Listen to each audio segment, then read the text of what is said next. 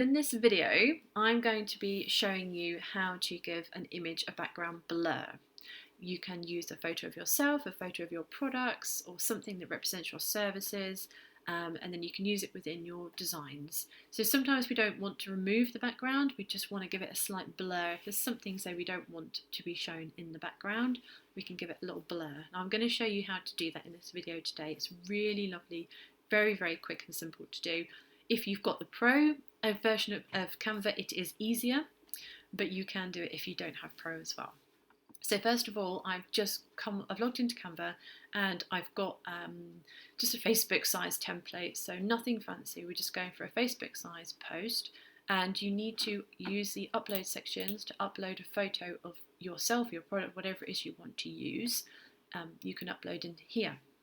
Now I've just got this photo of a car that I have used, so I'm going to bring it up here so you can see it, and I'm going to use this car photo to show you how to create this. Now, first of all, we need to duplicate the photo. So over here, we use this tab here, duplicate. Now, this one, we are going to remove the background. So we go over to Effects, and we click Background Remover. If you don't have Background Remover, and if you don't have the Pro account, you can go to a website called remove.bg, upload your image into that, and it will remove the background for you. You can then download that image and upload it into your Canva account to use. So it's just a little couple of extra steps in there if you've got the free account, but it still can be done. So now we have a car with no background. Move it down a little bit so we can focus on this one, the one that has got a background. Because it's an image, we can do additional things with it. So we have filters, adjust, crop, flip, all different things you can do with your image. We're going to go to adjust, and we're going to adjust the blur. It's as easy as this. Give it a slight blur, the whole image. There we go. And then we take the image with the background removed and we lay it directly on top.